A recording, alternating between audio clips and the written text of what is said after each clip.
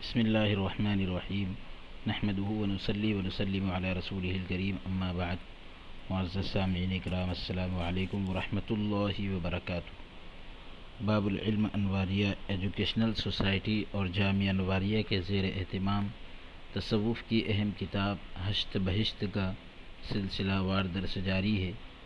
اور اس میں دلیل العارفین کی 8 مجلسیں الحمدللہ مکمل ہوئی۔ آج سے 9ویں مجلس کا آغاز ہے۔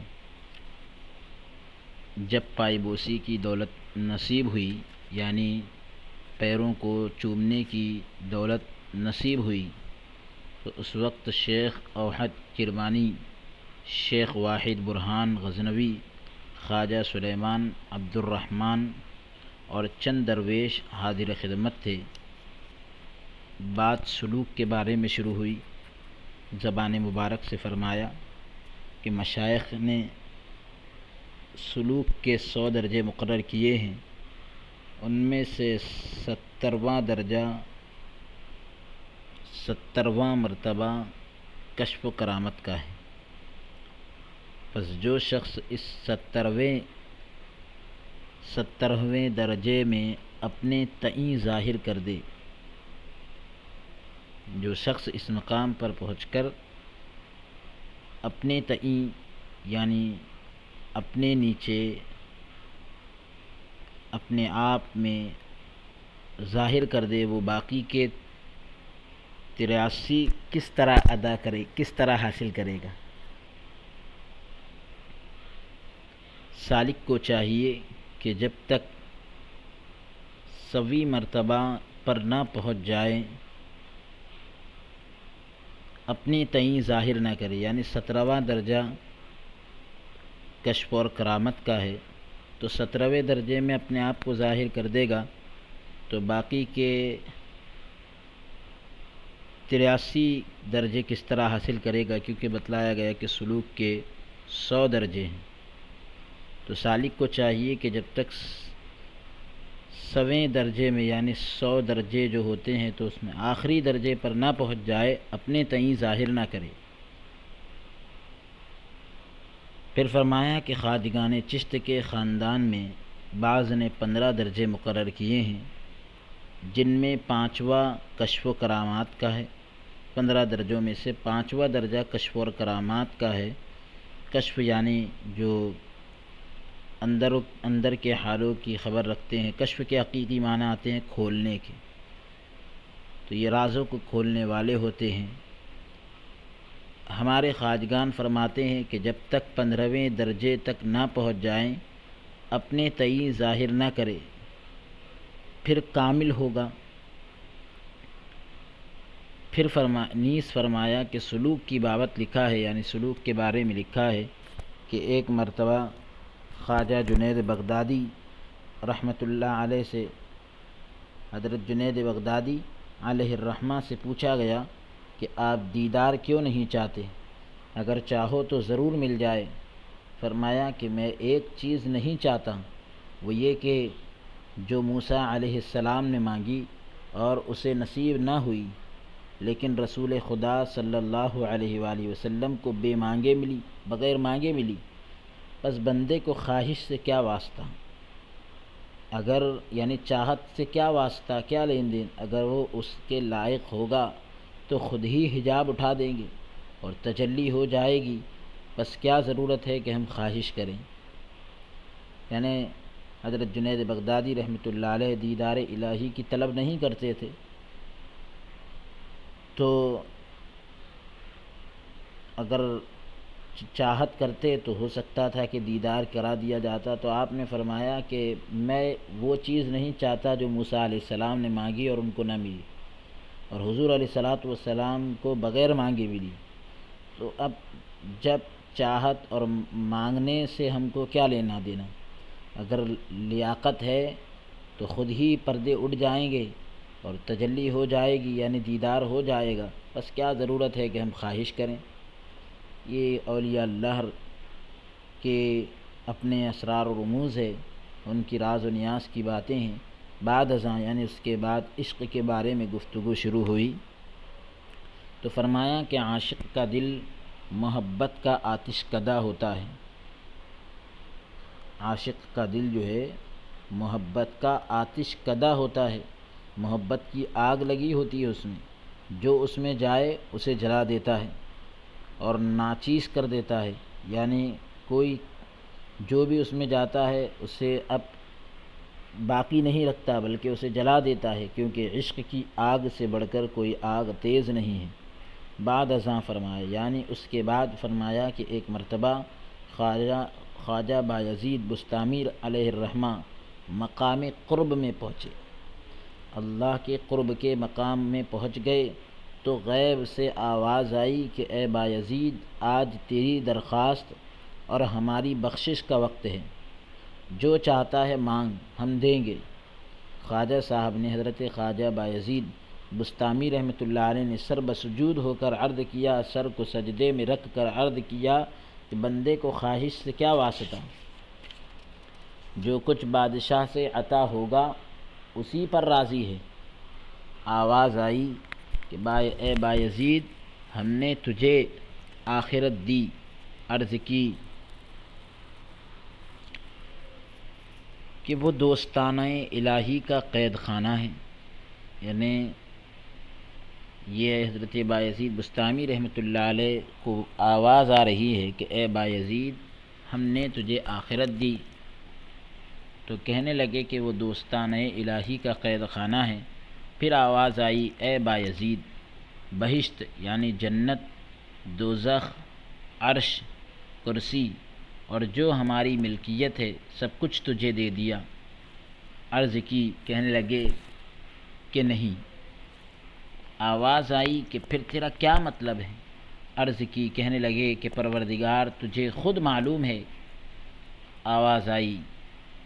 اے بایزید، کیا تو ہمیں طلب کرتا ہے؟ اگر میں تیری طلب کروں تو پھر کیا کریں؟ یعنی اے بایزید، کیا تم ہمیں طلب کرتے ہو؟ اگر ہم تمہاری طلب کریں تو پھر کیا کرو گے؟ یہ آواز سنتے ہی عرض کی کہ مجھے تیری قسم، اگر تو مجھے طلب کرے تو قیامت کے دن جب میرا حشر ہو تو دوزخ کے پاس کھڑے ہو کر ایک ہی آہ سے دوزخ کی آگ کو نابود کر دوں، یعنی دوزخ کی آگ کو ایک ہی آہ سے ختم کر دوں، کیونکہ محبت کی آگ کے مقابلے میں دوزخ کی آگ کی کچھ حقیقت نہیں۔ جب یہ قسم کھائی تو آواز آئی کہ اے بایزید، جو کچھ تو چاہتا ہے وہ تجھے مل گیا۔ پھر اسی موقع کے مناسب یہ حکایت بیان فرمائی کہ رابعہ بصری ایک رات عشق کے شوق اور اشتیاق کی وجہ سے الحریق الحریق پکارتی تھی۔ عشق کے شوق اور شوق کے بڑھ جانے کی وجہ سے آپ پکارتی تھی الحریق الحریق، یعنی جلانے کے بارے میں آپ کہتی تھی۔ اہل بصرہ یہ فریاد سن کر باہر نکلے تاکہ آگ بجھائیں۔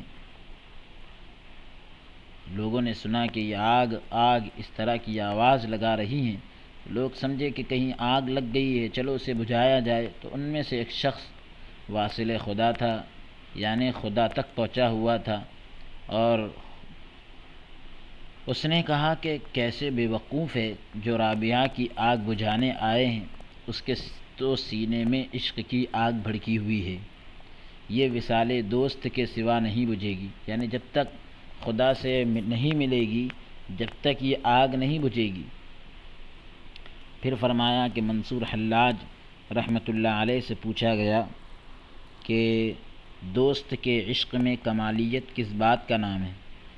دوست کے عشق میں کمال کس بات کو کہتے ہیں؟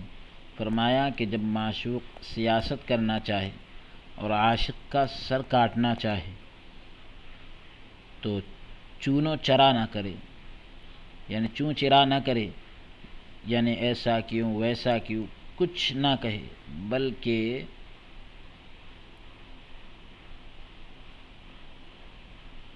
معشوق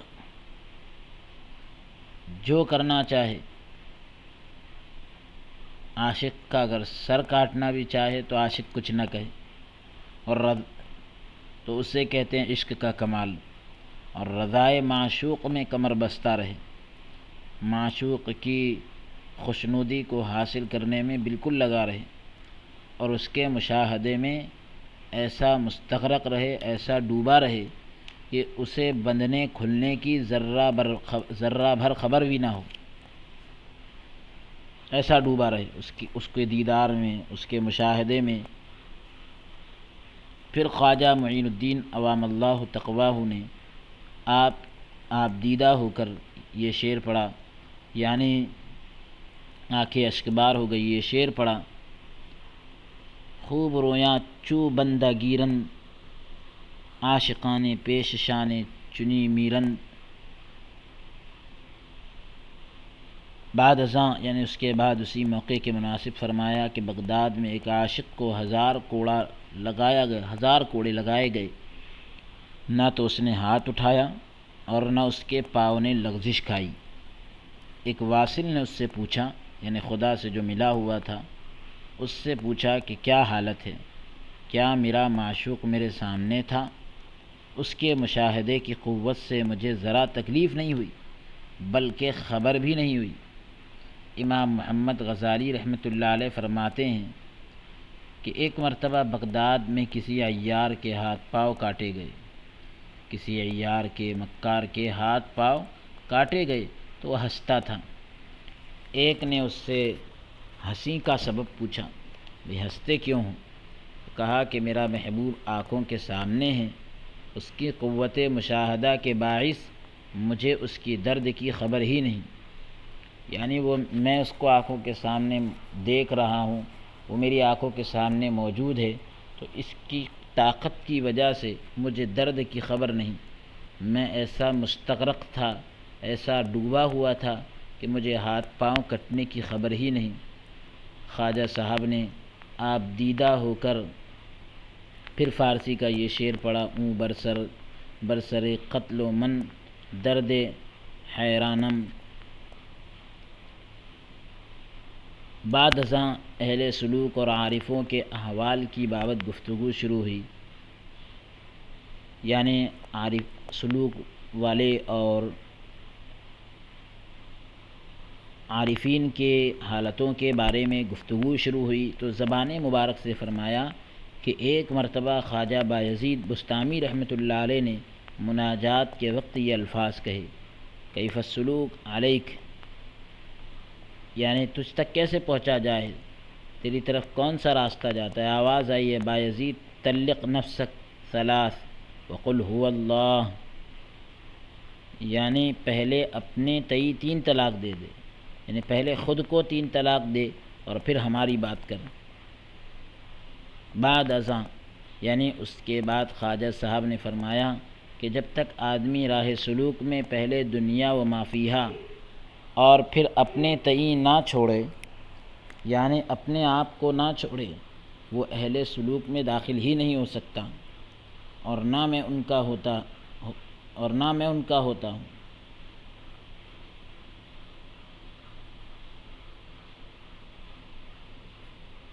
یا یوں کہہ لیجئے کہ اہل سلوک میں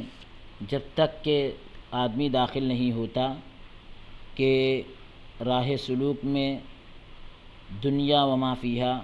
اور اپنے آپ کو نہ بھول جائے، تو جب تک راہ سلوک میں داخل بھی نہیں ہوتا اور نہ ان میں کا ہوتا ہے، یعنی اہل سلوک میں نہیں کہلائے گا۔ بس اگر اس کی یہ حالت نہ ہو تو سمجھو کہ وہ جھوٹا ہے، یعنی وہ سالک نہیں، وہ جھوٹا ہے۔ بعد ازاں فرمایا، یعنی اس کے بعد فرمایا کہ ایک بزرگ طریقت نے جو اہل عشق تھا، ایک مرتبہ مناجات میں کہا، راز و نیاز کی باتیں ہو رہی تھی تو مناجات میں کہا کہ تو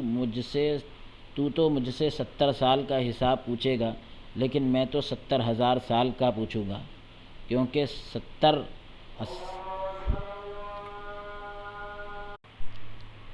کیونکہ 70-80 ہزار سال کا عرصہ ہوا ہے تو نے الست بربکم کہہ کر سارے جہان میں شور برپا کر دیا۔ یہ شور جو زمین و آسمان میں برپا ہے،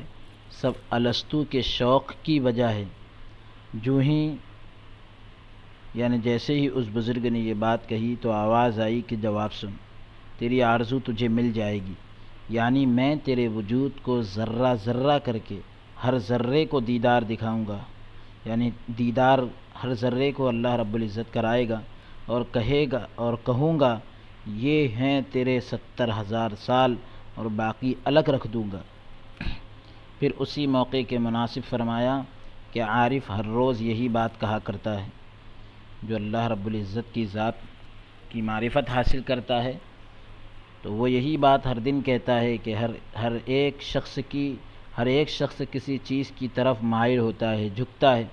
لیکن میں کسی چیز کی طرف مائل نہیں ہوتا، میں کسی چیز کی طرف نہیں جھکتا،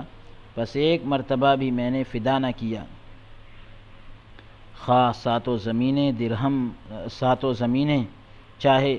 ساتوں زمینیں درہم برہم ہو جائے، ساتوں زمینیں جو ہے درہم برہم ہو جائے، میں کبھی اپنے لیے طلب نہ کروں گا،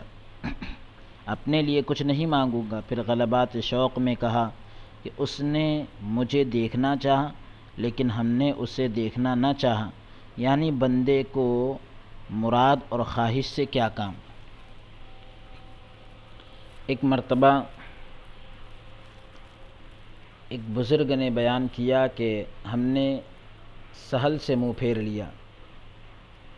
اور جب بارگاہ میں گئے تو انہیں اپنے سے پہلے موجود پایا۔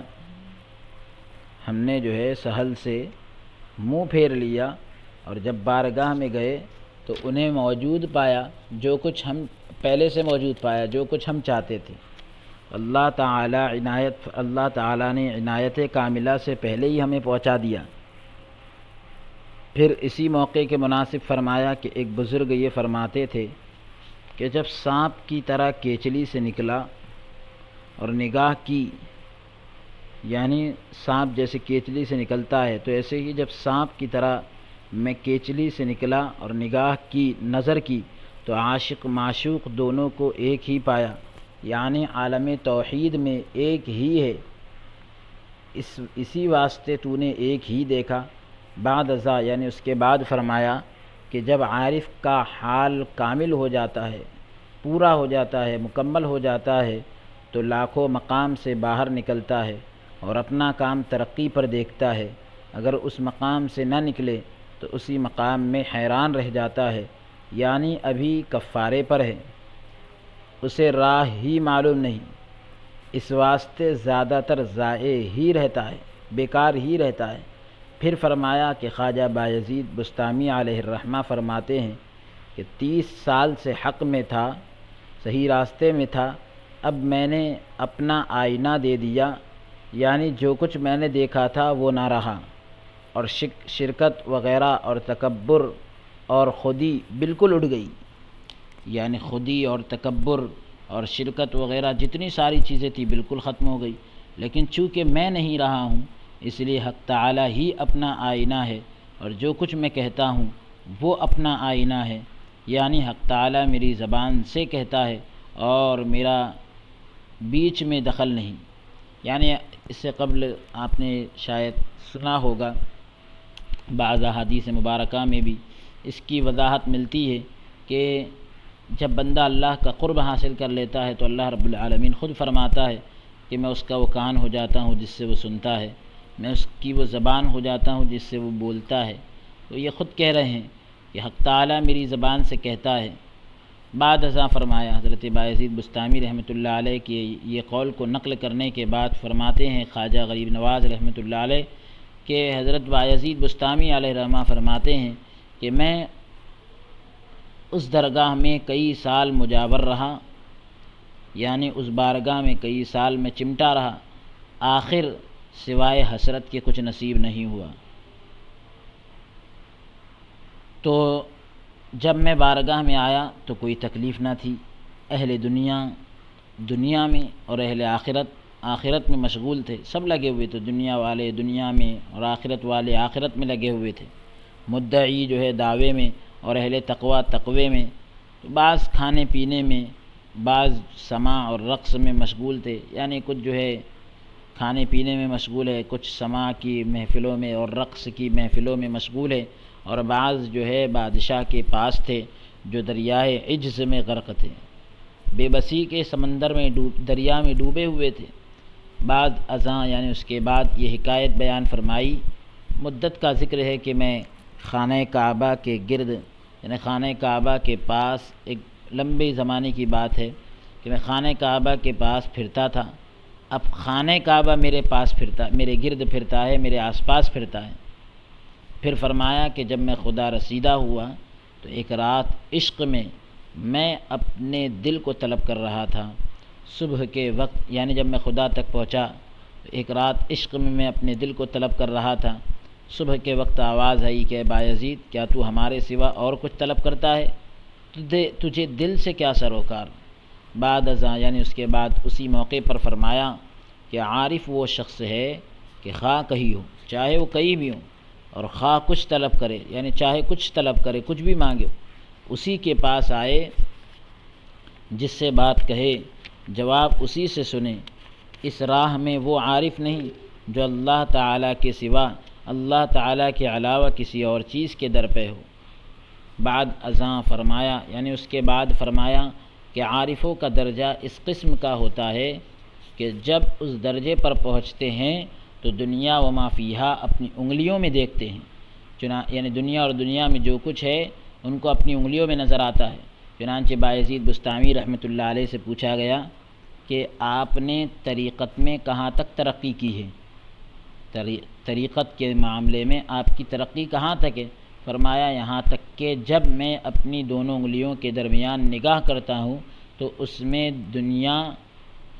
تمام دنیا وما فیہا دکھائی دیتا ہے، یعنی دنیا اور دنیا میں جو کچھ ہے وہ اپنی دونوں انگلیوں کے درمیان میں دیکھ لیتا ہوں۔ یہ ترقی میری یہاں تک کی۔ پھر فرمایا کہ مرید کو طاعت میں مزہ آتا ہے، اطاعت کرنے میں مزہ آتا ہے، اسے طاعت میں مزہ اس وقت آتا ہے جب اسے طاعت میں خوشی و خرمی حاصل ہوتی ہے، خوشی اور خرمی حاصل ہوتی ہے، یعنی وہ خوش اور خرم ہوتا ہے، اس خوشی سے اسے حجاب بھی قریب ہو جاتا ہے۔ بعد ازاں، یعنی اس کے بعد فرمایا کہ عارف کا سب سے گھٹیل درجہ یہ ہے کہ صفات حق اس میں پائی جاتی ہیں۔ پھر فرمایا کہ ایک مرتبہ رابعہ بصری نے شوق کے غلبے میں کہا، اے درویش، اگر خلقت کے بدلے مجھے آگ میں جلایا جائے، مخلوق کے بدلے اگر مجھے آگ میں جلایا جائے اور میں صبر کروں تو چونکہ مجھے محبت کا دعویٰ ہے اس لیے میں نے گویا کچھ نہیں کہا، اگر میرے گناہ ساری خلقت کے عوض بخشے، ساری مخلوق کے بدلے میرے گناہ بخشے تو چونکہ اس کی رحمت، مہربانی اور عنایت ہے، ابھی بہت کام نہیں کیا، یعنی ابھی بہت سی طاعت اور عبادت باقی ہے۔ پھر فرمایا کہ اہل سلوک کے مذہب میں کسی پر تعجب کرنا بھی ایک گناہ ہے۔ اہل سلوک کے مذہب میں، سالکین کے مذہب میں کسی پر تعجب کرنا بھی ایک گناہ ہے۔ پھر فرمایا کہ گناہ سے بھی بدتر، کیونکہ گناہ سے ایک مرتبہ توبہ کی جاتی ہے اور طاعت سے 1000 مرتبہ، گناہ سے ایک مرتبہ توبہ کی جاتی ہے اور طاعت سے 1000 مرتبہ، یعنی خود پسندی بڑا سخت گناہ ہے کہ آدمی اپنے آپ میں خوش ہو کہ میں بڑا نمازی، میں بڑا متقی پرہیزگار، بڑا عابد اور بڑا زاہد۔ پھر فرمایا کہ محبت حق میں عارف کا کمال درجہ یہ ہے، عارف جو ہوتا ہے تو اس کی محبت کا کمال درجہ یہ ہے کہ پہلے خود دلی نور دکھائے، پہلے جو دل کا نور ہے وہ دکھائے، اور پھر اگر کوئی شخص اس کے پاس دعویٰ کر کے آئے تو اسے بزور کرامت قائل کرے، یعنی قیامت کے زور سے اس کو ماننے والا بنا لے۔ پھر فرمایا کہ ایک مرتبہ شیخ اوحد کرمانی اور شیخ عثمان ہارونی رحمۃ اللہ علیہ کے ہمراہ ان کے ساتھ میں مدینے کی طرف سفر کر رہا تھا۔ جب ہم دمشق میں پہنچے تو وہاں پر مسجد کے سامنے 12,000 انبیاء علیہم السلام کے روضے دیکھے۔ دمشق میں جب پہنچے تو مسجد کے سامنے 12,000 انبیاء علیہم السلام کی قبریں ہیں، روضے ہیں، جہاں پر لوگوں کی حاجتیں پوری ہوتی ہیں۔ ہم نے لوگوں کی ضرورتیں وہاں پوری ہوتی ہیں۔ ہم نے انبیاء کی زیارت کی اور وہاں کے بزرگ کو دریافت کیا یعنی وہاں کے بزرگوں سے پوچھا۔ چنانچہ ایک روز میں شیخ اوحد کرمانی اور شیخ عثمان ہارونی رحمۃ اللہ علیہ کے ہمراہ یعنی ان کے ساتھ ایک بزرگ واصل حق درویش محمد عارف نامی، ان کو دمشق کی مسجد میں نے دیکھا کہ چند اور درویش اس کے پاس بیٹھے تھے، اور بات اس بارے میں ہو رہی تھی کہ جو شخص کسی چیز کا دعویٰ کرے جب تک وہ لوگوں میں اس کا اظہار نہ کرے وہ کب معلوم کر سکتے ہیں؟ کوئی چیز کا اگر ایک آدمی دعویٰ کر رہا ہے، لوگوں میں اس کا اظہار نہیں کرے گا تو لوگ کیسے معلوم کریں گے؟ الغرض ایک آدمی محمد عارف سے بحث کر رہا تھا، جو عارف نام کے بزرگ تھے ان سے بحث کر رہا تھا، اور محمد عارف کہتا تھا، یعنی وہ بزرگ یہ کہتے تھے کہ قیامت کے دن درویشوں سے معافی مانگی جائے گی اور دولت مند سے حساب کتاب لیا جائے گا۔ اس شخص کو یہ ناگوار گزرا، یعنی اس کو یہ بات اچھی نہیں لگی۔ پوچھا کہ کس کتاب میں لکھا ہے؟ خواجہ محمد عارف کو کتاب کا نام یاد نہ تھا، کچھ دیر مراقبہ کر کے نام بتایا، یعنی دل پر توجہ کی اور پھر جو ہے نام بتایا۔ اس شخص نے کہا کہ جب تک مجھے نہ دکھلاؤ گے میں نہیں مانوں گا، یعنی کتاب میں دکھانا بھی پڑے گا۔ سر اٹھا کر کہا کہ جو بندگان خدا کو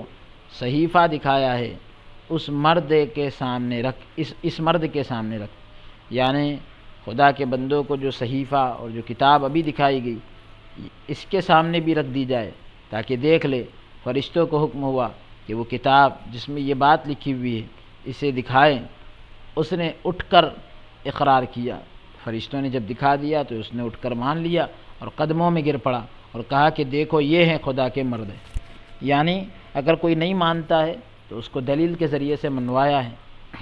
بعد ازاں گفتگو اس بارے میں شروع ہوئی، یعنی اس کے بعد گفتگو اس بارے میں چلی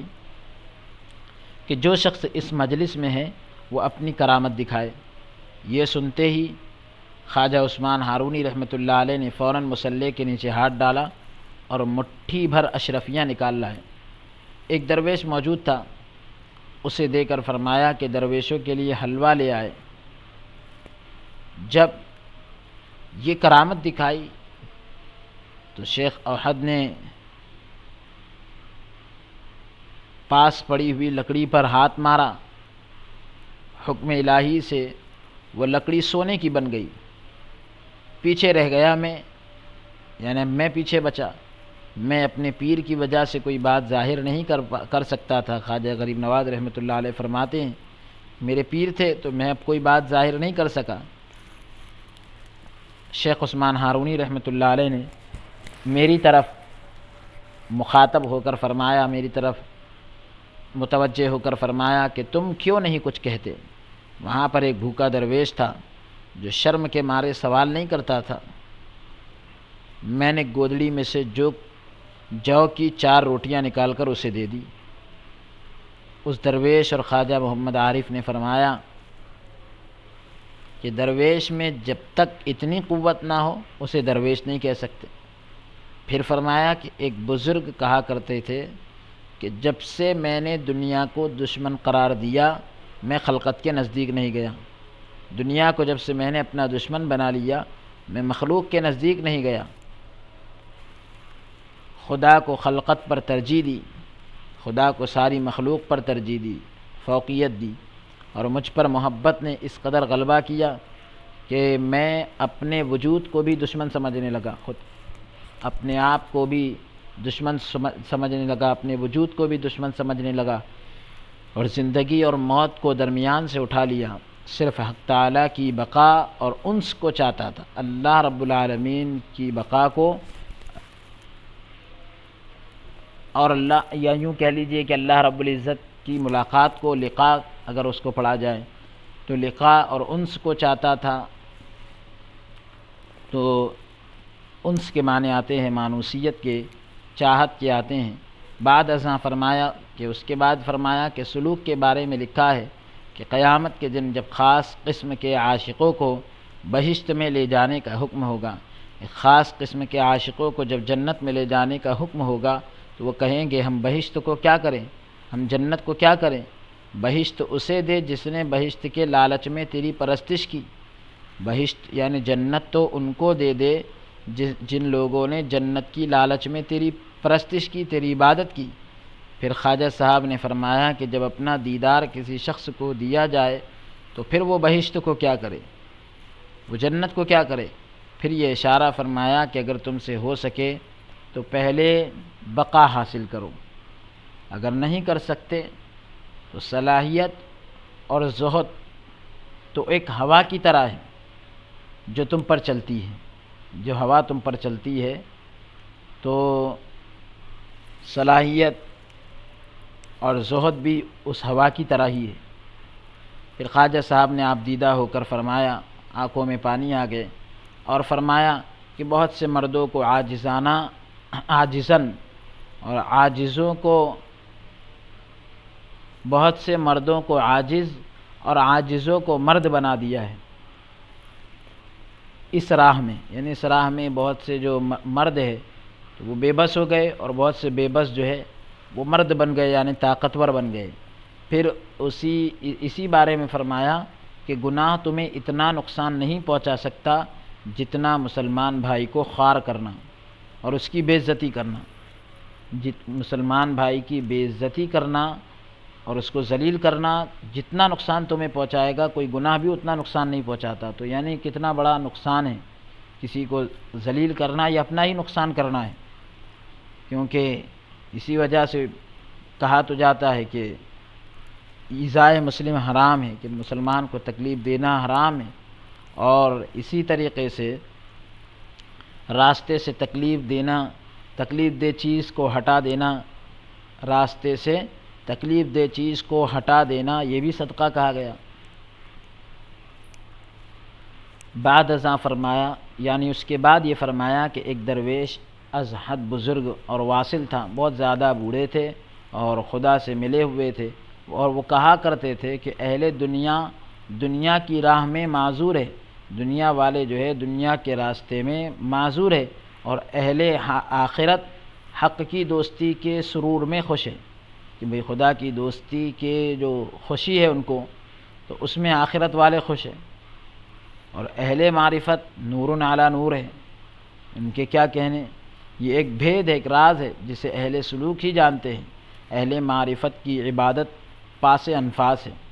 کہ اپنی جو سانسیں چل رہی ہے اس کا بھی خیال کیا جائے۔ پھر فرمایا یعنی ہر سانس اور ہر لمحہ جو ہے اللہ کا ذکر ہو، ہماری جو سانسیں چل رہی ہے یہ بھی خدا کی یاد سے غافل نہ ہو۔ پھر فرمایا کہ جب عارف خاموش ہو جاتا ہے تو اس سے یہ مطلب ہوتا ہے کہ وہ اللہ تعالیٰ سے باتیں کرتا ہے، اور جب آنکھیں بند کرتا ہے یعنی سوتا ہے تو اس واسطے سر نہیں اٹھاتا کہ شاید اسرافیل کرنا نہ پھونک دے، یعنی جب وہ سوتا ہے اس لیے سر نہیں اٹھاتا کہ شاید سور نہ پھونک دیا جائے۔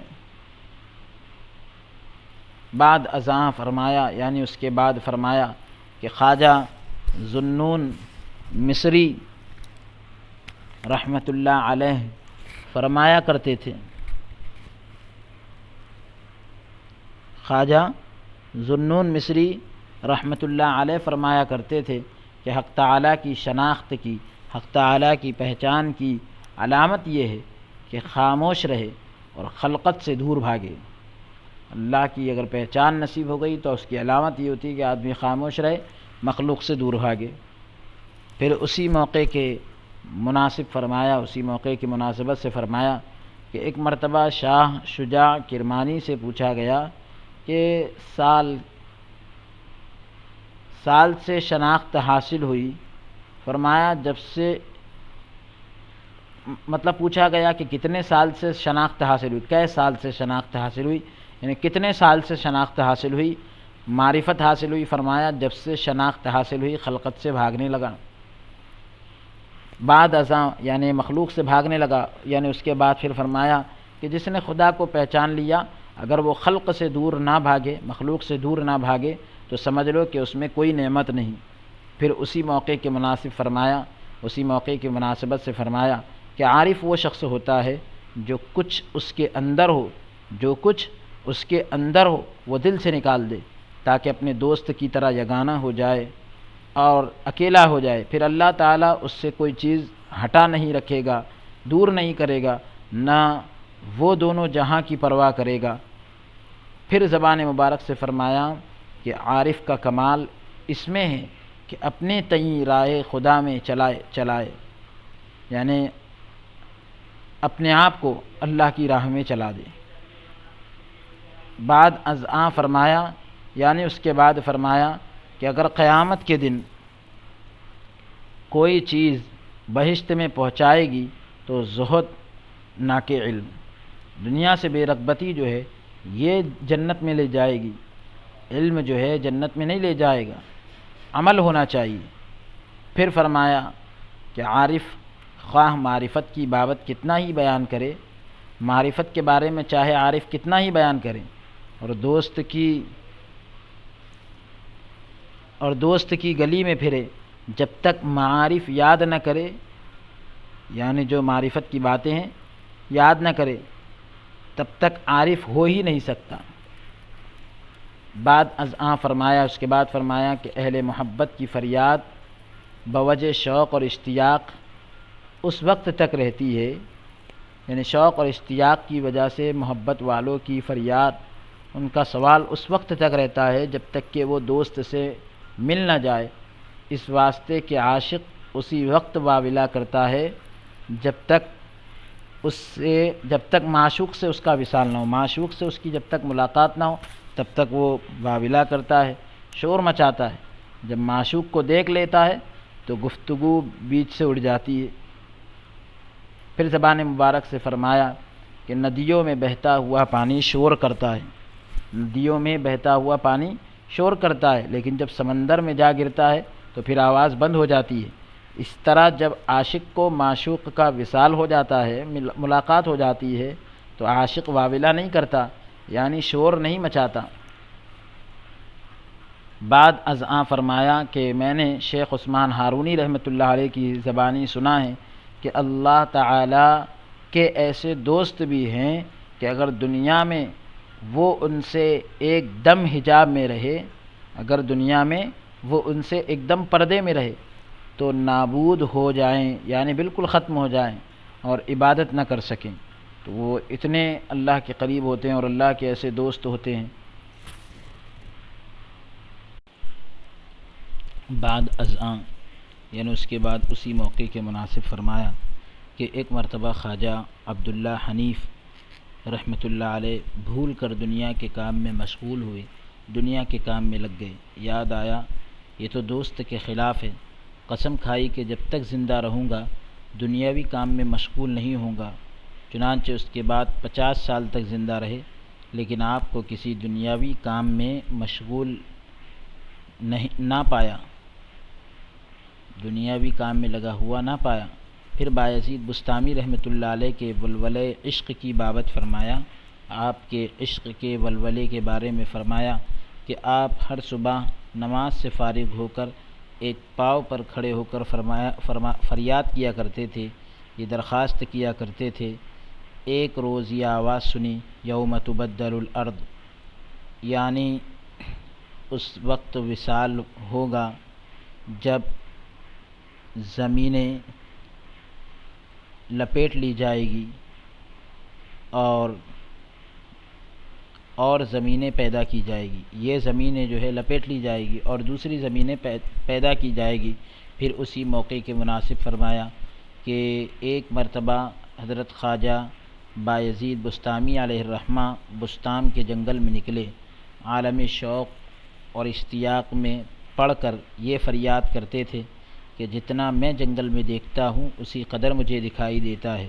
کہ یہاں عشق برسا ہوا ہے، یہاں سے پاؤں نکالنا چاہتا ہوں لیکن نہیں نکال سکتا۔ پھر فرمایا کہ محبت کی راہ ایسی راہ ہے، ایسا راستہ ہے جو عشق کی راہ میں پڑتا ہے اس کا نام و نشان نہیں ملتا۔ اسی موقع پر فرمایا کہ اہل عرفان یاد الہی کے سوا اور کوئی بات زبان سے نہیں نکالتے۔ پھر فرمایا کہ عارف سے ادنا بات یہ ظاہر ہوتی ہے کم سے کم یہ بات تو ظاہر ہوتی ہے کہ وہ ملک و مال سے بیزار ہو جاتا ہے،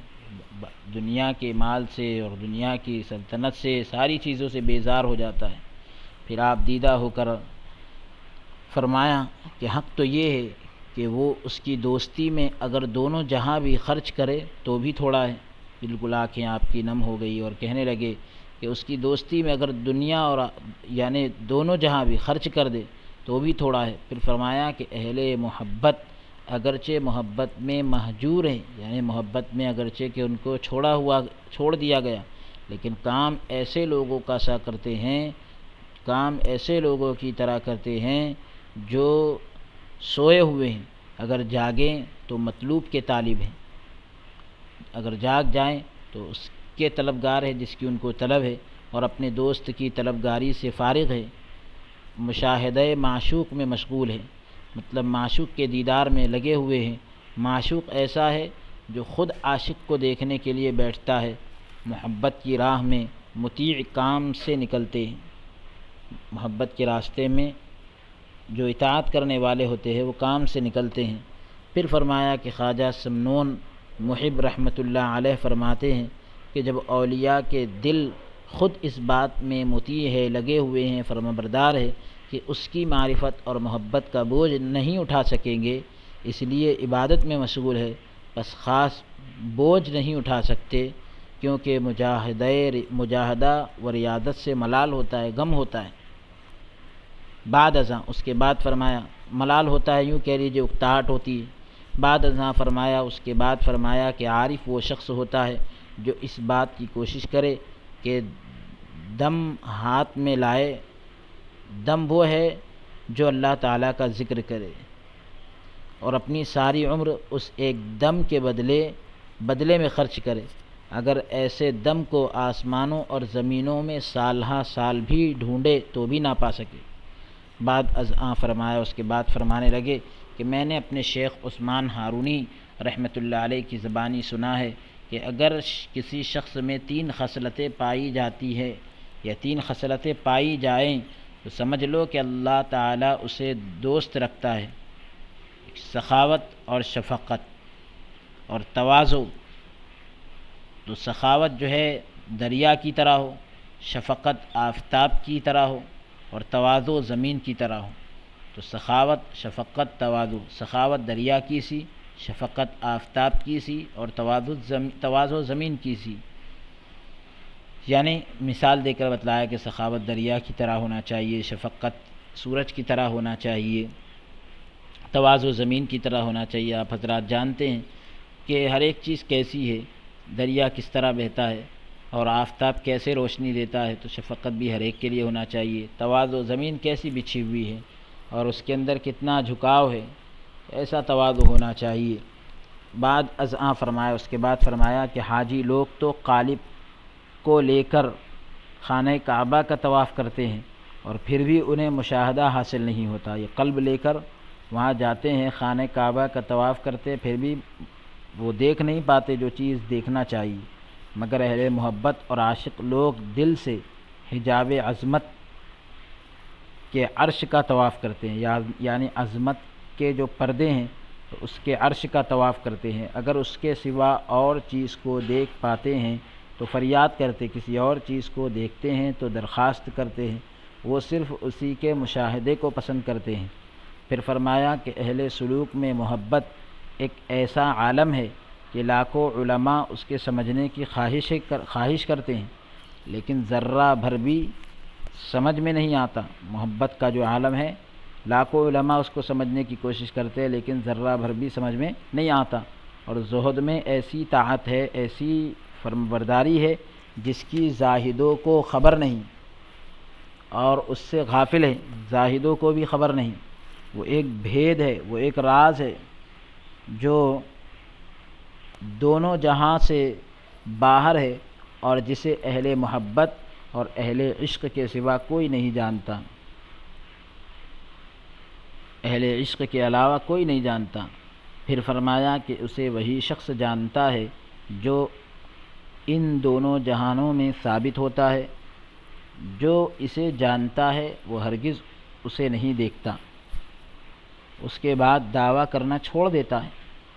تاکہ اسے رنج میں رکھے بعد ازاں فرمایا، اس کے بعد فرمایا کہ جو عشق و محبت میں گفتگو اور حرکت اور مشغلہ ہے، عشق و محبت میں گفتگو اور حرکت اور مشغلہ ہے یعنی شغل ہے، یہ اس وقت ہے جب تک باہر ہیں۔ عشق و محبت میں گفتگو وغیرہ یہ سب کب تک کے ہے؟ جب تک باہر ہیں۔ جب اندر آ جاتے ہیں تو پھر آرام، خاموشی اور سکونت حاصل ہوتی ہے، یعنی اب بات چیت نہیں ہوتی، اب کوئی مشغلہ نہیں ہوتا، آرام، خاموشی، سکونت، ایک دم سکون، کوئی حرکت نہیں۔ تو تینوں چیزوں کی ضد، گفتگو کی ضد خاموشی، حرکت کی ضد سکونت، مشغلے کی ضد آرام۔ گویا وہ فریاد اور شور نہیں ہوتا، وہ درخواست اور وہ شور اور غل نہیں ہوتا۔ پھر فرمایا کہ یہ دلیری اتنی نہیں کہ خواجہ دوست کی درگاہ سے عاری ہے، دوست کی بارگاہ سے بالکل کنارہ کش ہے، ایسا نہیں ہے، اور اپنے آپ پر عاشق ہے، ایسا بھی نہیں۔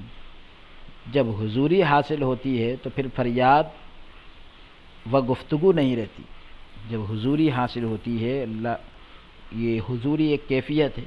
تو جب وہ حاصل ہو جاتی ہے تو پھر فریاد یعنی درخواست اور گفتگو نہیں رہتی۔ جب خواجہ صاحب رحمۃ اللہ علیہ یعنی خواجہ غریب نواز رحمۃ اللہ علیہ یہ فوائد ختم کر چکے تو دعا گو اور خلقت واپس چلے آئے، یعنی مخلوق اور جو خود بیان کرنے والے ہیں، نقل کرنے والے ہیں، وہ بھی واپس چلے آئے اس مجلس سے۔ الحمدللہ علی ذالک، اللہ تبارک و تعالیٰ کا اس بات پر شکر ہے۔ بحمدہ تعالیٰ دلیل العارفین کی 9ویں مجلس ہماری مکمل ہوئی۔ اللہ عز و جل ہمارے اس پڑھنے کو اور آپ کے سننے کو اپنی بارگاہ میں قبول فرمائے، ہمارے لیے ذریعہ نجات بنائے، اور اس ادارے کے لیے بھی اللہ رب العالمین اس کام کو دنیا اور آخرت کی نجات کا ذریعہ بنائے، آمین۔ صلی اللہ تعالی وسلم علی خیر خلقہ ونور عرشہ وزینت فرشہ سیدنا ونبینا محمد وعلی آلہ واصحابہ اجمعین برحمتک یا ارحم الراحمین، والحمد للہ رب العالمین۔